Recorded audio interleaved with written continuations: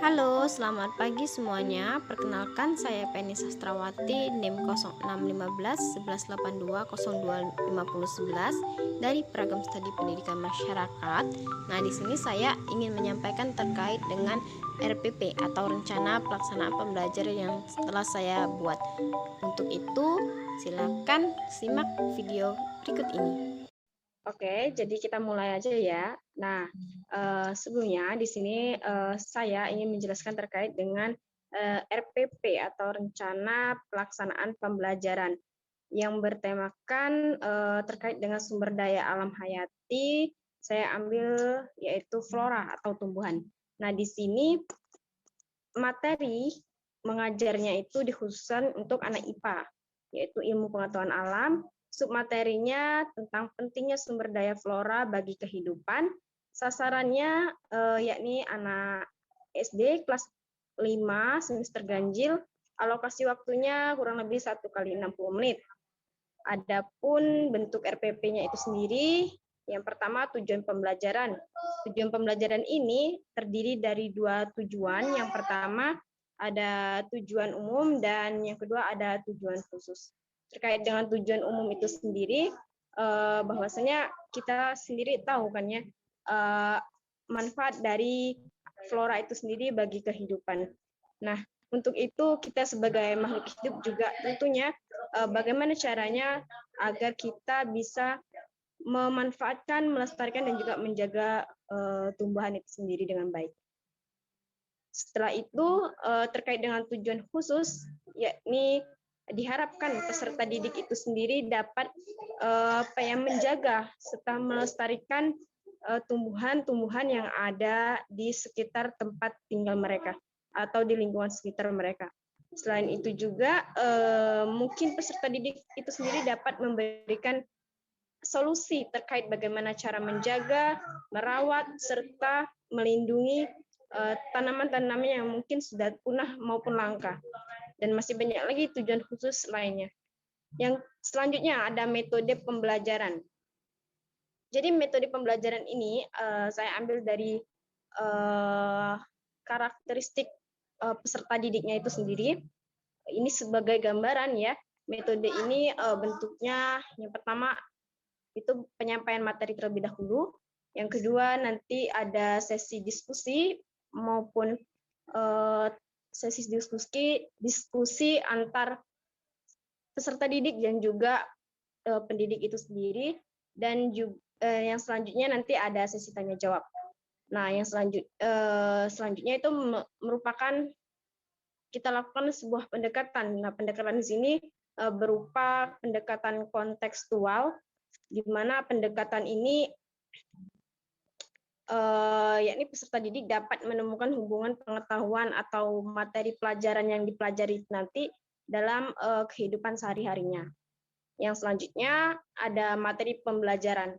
Nah, materi pembelajaran dalam RPP ini terdiri dari pengertian flora atau tumbuhan itu sendiri, dan juga manfaat flora bagi kehidupan makhluk hidup atau manusia, dan yang terakhir upaya melestarikan flora itu bagaimana caranya gitu. Nah, untuk pengertian flora itu sendiri, flora merupakan kalau secara sederhana ya, flora itu tumbuhan atau tanaman. Sedangkan manfaat flora bagi kehidupan manusia itu banyak sekali, baik itu berupa dapat kita manfaatkan sebagai bahan bangunan, dapat kita manfaatkan sebagai bahan pangan gitu, dan juga sebagai obat-obatan, kosmetik, dan masih banyak lagi manfaat flora itu sendiri. Nah, yang selanjutnya ada upaya melestarikan flora. Bagaimana sih agar tumbuhan atau tanaman yang langka itu bisa kita jaga, bisa kita rawat, tidak punah intinya. Nah, jadi beberapa solusi mungkin kita buat sebuah komunitas petani atau komunitas pemuda lainnya, bagaimana cara menjaga dan melestarikan atau membudayakan, bukan membudayakan ya, lebih ke bagaimana caranya memperkembangkan tanaman tersebut agar semakin banyak, tidak punah gitu kan ya. Nah, yang selanjutnya solusi yang dapat kita ambil yakni mengurangi penebangan hutan dan juga mengurangi yang namanya keborosan akan memanfaatkan tanaman atau tumbuhan itu sendiri. Intinya sebelum kita memanfaatkan sebuah tumbuhan maupun tanaman itu, tentu kita harus memikirkan ke depannya agar yang kita manfaatkan itu tidak punah atau tidak habis gitu. Bagaimana caranya? Apakah kita lakukan reboisasi ataukah ada tindak lainnya gitu kan ya. Nah, yang selanjutnya terkait dengan alat atau bahan dan juga media pembelajaran yang nantinya akan diaplikasikan gitu ya atau kita gunakan. Nah, dalam RPP ini alat dan bahannya itu kita gunakan LCD, proyektor, laptop khususnya, dan juga buku panduan yang mungkin dari pendidik maupun yang sudah ditetapkan oleh pihak sekolah itu sendiri. Nah, selanjutnya terkait dengan media pembelajarannya.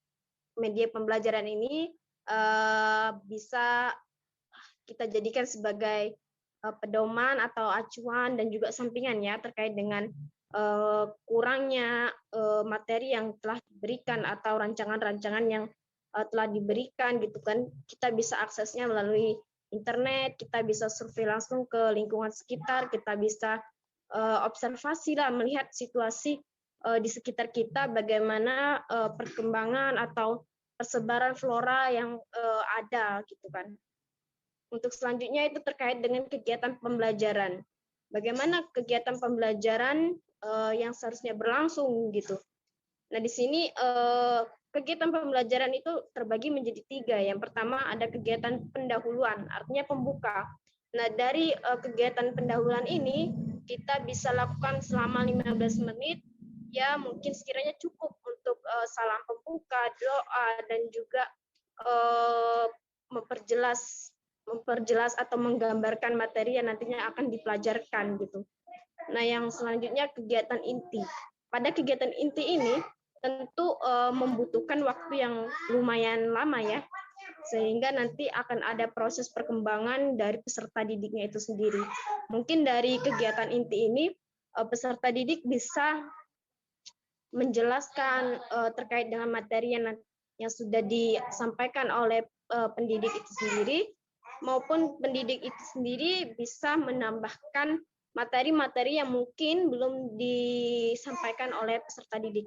Artinya di sini ada hubungan, bukan hubungan yang gimana-gimana, mungkin di sini ada kesimpulan dari pendidiknya itu sendiri, bagaimana caranya agar peserta didiknya itu dapat memahami betul terkait dengan materi yang telah disampaikan nanti gitu.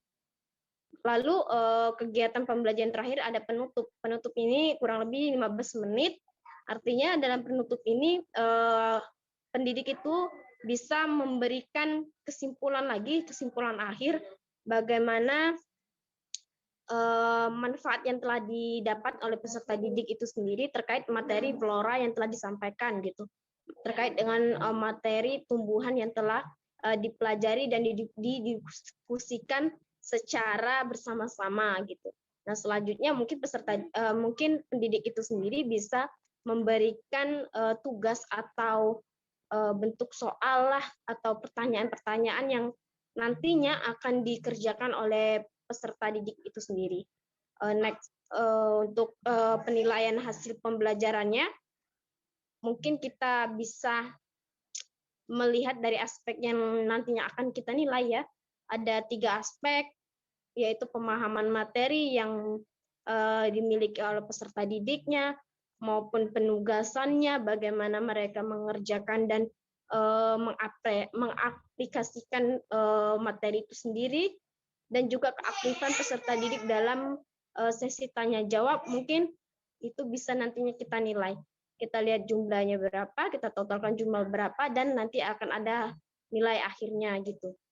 Untuk skor keterangan skornya di sini nilai skor atau perolehan skor itu kita bagi dengan nilai skor maksimal.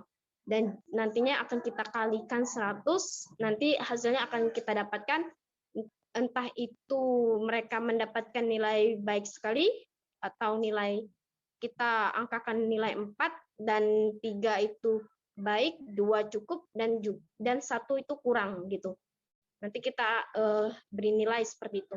Dan untuk kriteria nilainya, kalau baik sekali itu 80 sampai 100 itu A ya nilainya, sedangkan B 70 sampai 79 itu baik.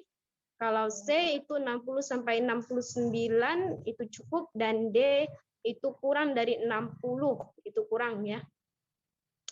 Oke, mungkin cukup di sini penjelasan terkait rencana pelaksanaan pembelajaran atau RPP yang nantinya akan mungkin sama-sama kita pelajari atau kita kembangkan gitu ya. Terima kasih, saya ucapkan wassalamualaikum warahmatullahi wabarakatuh.